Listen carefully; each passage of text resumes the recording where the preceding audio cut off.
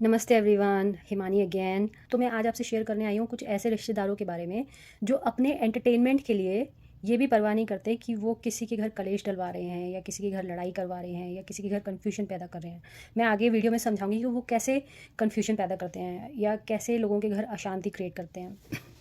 तो हमारी जो जनरेशन है like 30s 40s early 50s, जो इस उम्र के दायरे में हम लोग जो आते हैं, तो हम लोगों के जो माँ बाप थे, जो हमारे पेरेंट्स की जनरेशन थी, उन लोगों ने बहुत स्ट्रगल किया अपने टाइम पे। क्योंकि इंडिपेंडेंस के बाद हम लोग के जो ग्रैंड पेरेंट्स थे वो लोग अच्छे से सेटल नहीं हो पाए। तो फिर जो मेनली जो स्ट्रगल किया हमारे पेरेंट्स वाली जनरेशन ने किया। और ये बात सच है कि हमारे पेरेंट्स वाली जनरेशन इतनी चतुराई नहीं दिखाई उन लोगों ने अपनी मेहनत की। उनकी लाइफ का टारगेट यही रहा कि हम लोग अच्छे से पले बढ़ें, हमें वो सारी सहूलियत मिले जो शायद उन्हें कभी नहीं मिल पाई। एंड दे मेड श्योर कि हम लोग को वो हर चीज़ एक्सपीरियंस करने को मिले जो वो लोग एक्सपीरियंस नहीं कर पाए थे। तो होता क्या है, जो उनकी जो जनरेशन थी वो अपने भाई बहनों के या भाभीयों के या नंदों के काफ़ी क्लोज थी। क्योंकि पहले कल्चर होता था कि बड़ी फैमिलीज़ हैं और सारे एक साथ उठते बैठते थे, चाहे कम हो चाहे ज़्यादा हो। तो बहुत सारे हम लोग के पेरेंट्स जो हैं, या तो वो वृद्ध अवस्था में आ चुके हैं या किसी पेरेंट में फादर नहीं है या किसी पेरेंट में मदर नहीं है। तो वो लोग अकेले रह जाते हैं एक पॉइंट के बाद। और वो लोग जो उनकी जो लाइफ का गैप है ना, जो उनके पार्टनर के जाने का गैप है, वो इधर उधर ढूंढने लगते हैं। अनफॉर्चुनेटली फॉर सम रीज़न हम बच्चे वो गैप पूरा कर नहीं पाते। I don't know why, even even though मैं कोशिश करती हूँ या मेरी उम्र के बहुत सारे बच्चे मैंने देखे हैं जो उनका वो गैप फिल करने की कोशिश करते हैं। तो समहाउ जो उनके हम उम्र रिश्तेदार होते हैं घर में, जैसे बहनें हो गई, भाभियाँ हो गई, नंदे हो गई, वो लोग उनसे बहुत रिलेट करते हैं और बहुत कनेक्ट करते हैं। और इसी का ही एग्जैक्टली वो लोग फ़ायदा उठाते हैं। कैसे उठाते हैं फ़ायदा? जैसे उनका अकेलापन है, उनसे बातें करेंगे, तो उनसे बातों बातों में उनके घर के सारे एक एक सीक्रेट लेंगे। सीक्रेट एज इन कि तुम कहाँ जाते हो या तुम्हारे बच्चे कहाँ जाते हैं, कहाँ खाते पीते हैं, किसके साथ उठते बैठते हैं, क्या पहनते हैं, किधर घूमने गए थे, कितने लोग गए थे, कितने दिन के लिए गए हैं, तुमने किसको कितना सगन डाला, उसको तुमने इतना सगन क्यों डाला, तुमने इससे क्या कहा, उससे क्या कहा। तो वो लोग ना एक तरीके से डेटा कलेक्ट करते रहते हैं हमारे लोनली पेरेंट्स से। हमारे लोनली पेरेंट्स सही में इतने सीधे हैं कि उन्हें समझ नहीं आता कि सामने वाला उन्हें कंधा नहीं दे रहा, उन्हें वो उनके परिवार को डसने की कोशिश कर रहा है। वो कैसे डसते हैं? ये सारा डेटा लेके पहली बात तो वो कुछ सीक्रेट नहीं रखते। वो बाकी जाके घरों में बताएंगे कि देखो इनके घर में तो ये होता है, उनके घर में वो होता है, उनके घर में वो होता है।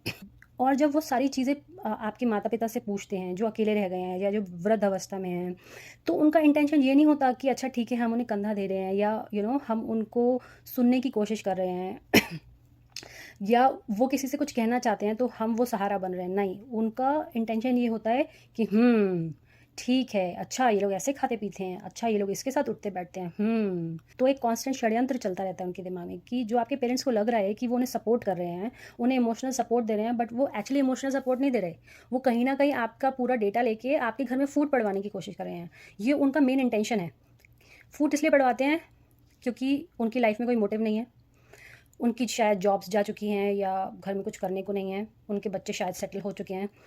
उनके पास ना लाइफ में कुछ ठोस मकसद नहीं है जिसके लिए वो सुबह उठ के कुछ आगे जाके कुछ कर सकें, अपने लिए कुछ देख सकें, कुछ पॉजिटिव कर सकें। तो ऐसे लोगों की ज़िंदगी में इंटरफेयर करके ही उन्हें खुशी मिलती है। That's how they live their life. दूसरों के घर क्या हो रहा है, वो क्या खाते पीते हैं, वो कितना पैसा खर्च करते हैं, किसके साथ उठते बैठते हैं, वो दिन में क्या करते हैं, उनका दिनचर्या क्या है, उनको इसी चीज़ से मतलब है और इसी चीज़ से लेना देना है। उनको इस बात से मतलब नहीं है कि चलो आज हम उठे हैं, अपनी लाइफ में कुछ अच्छा करें, किसी का जाके कुछ भला करें या कोई एक क्योंकि वो जो रिश्तेदार हैं उनकी भी 50 60 70s वाली एज है। तो उनका कोई मोटिव नहीं है कि चलो आज लाइफ में कुछ सीखेंगे, कुछ नया सीखेंगे या कुछ किताब पढ़ लेंगे या हम जाके कहीं 1 घंटा योगा करेंगे और प्राणायाम करेंगे, कुछ सीखेंगे, अपनी हेल्थ अच्छी करेंगे। कुछ नहीं, कुछ मोटिव नहीं है लाइफ में। या हम वृद्ध हो चुके हैं तो हमने लाइफ में जितने स्ट्रगल देखे हैं, अब हमारे पास इतना पैसा है कि कुछ कुछ अपने लिए कुछ सोच सकें, जो हम हमेशा से करना चाहते थे वो सीखें। ज़्यादा से ज़्यादा कुछ नहीं तो आप शायद जाके वो लोग हारमोनियम सीख लें कहीं पे। नहीं, या फिर कोई कोई एक ऐसी चीज़, एक ऐसा शौक जो उनका पूरा होना रह गया है। नहीं, उन लोगों को इस चीज़ से बिल्कुल मतलब नहीं है। वो आपके वृद्ध माता पिता, सीधे माता पिता जिनमें दुनियादारी की कोई चतुराई नहीं है, एकदम जो सरल है मन के, उनका फ़ायदा उठाने की कोशिश करते हैं।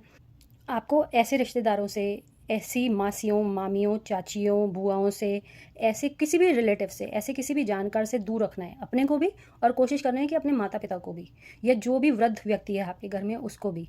अपने घर की शांति, हम अपने घर की शांति खुद ला सकते हैं। जैसे ही हम दूसरों को अपने घर एंटर करने देते हैं या उनको एक तरीके का राइट लेने देते हैं कि नहीं तुम हमारी फैमिली का पार्ट हो, तो ये नहीं होता कि वो लोग सच्ची में फैमिली का पार्ट बन के घर में शांति रखने की कोशिश करेंगे, घर में एकता लाने की कोशिश करेंगे। वो लोग ऐसा नहीं सोचते और वो लोग ऐसा नहीं करते, और यही आस्तीन के सांप होते हैं। उनका मेन मोटिव ही ये होता है कि कैसे इनको काटा जाए, कैसे हमारी इनके घर में सबसे ज़्यादा इंपॉर्टेंस रहे, कैसे हम इनके लिए एकदम सबसे ज़्यादा वीआईपी पर्सन बने रहें। तो ऐसे लोगों से दूर रहें, अपनी लाइफ अच्छे से काटें। ऐसे लोगों को नमस्ते राम राम कीजिए, टाटा बाय बाय कीजिए।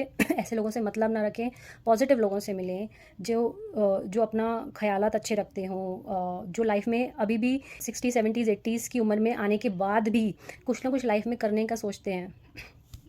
तो बस मैं आपसे यही कहना चाहती थी। Thank you so much, thank you for watching my videos and thank you for giving me so much love. Bye.